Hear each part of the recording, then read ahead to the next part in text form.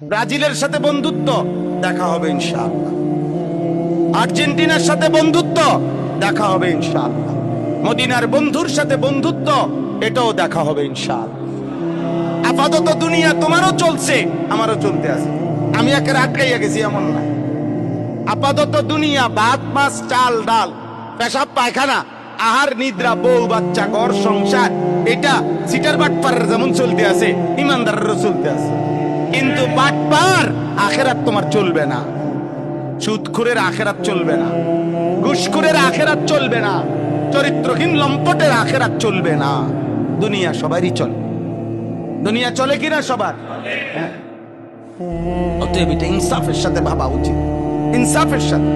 ন্যূনতম কোনো না ইমানের সম্পর্ক, না আখেরাতের সম্পর্ক, না কোরআনের সম্পর্ক, না রাসূলুল্লাহ সাল্লাল্লাহু আলাইহি ওয়াসাল্লামের সাথে সম্পর্ক, না রাষ্ট্রের কোনো উন্নতির সম্পর্ক, কোন দৃষ্টিকোণে ব্রাজিল আর্জেন্টিনার সাথে ন্যূনতম কোনো সম্পর্কের লেশ মাত্র আমাদের সাথে নাই, না কোনো কিছু নাই।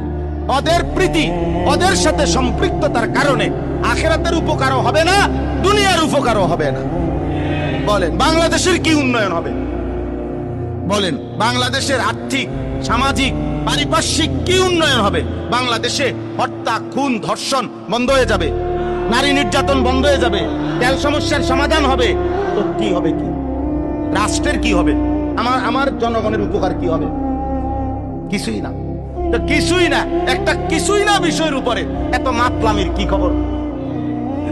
মাত্র 1.5 লাখ জনসংখ্যা নিয়ে একটি দেশ এবার বিশ্বকাপের একটা দল।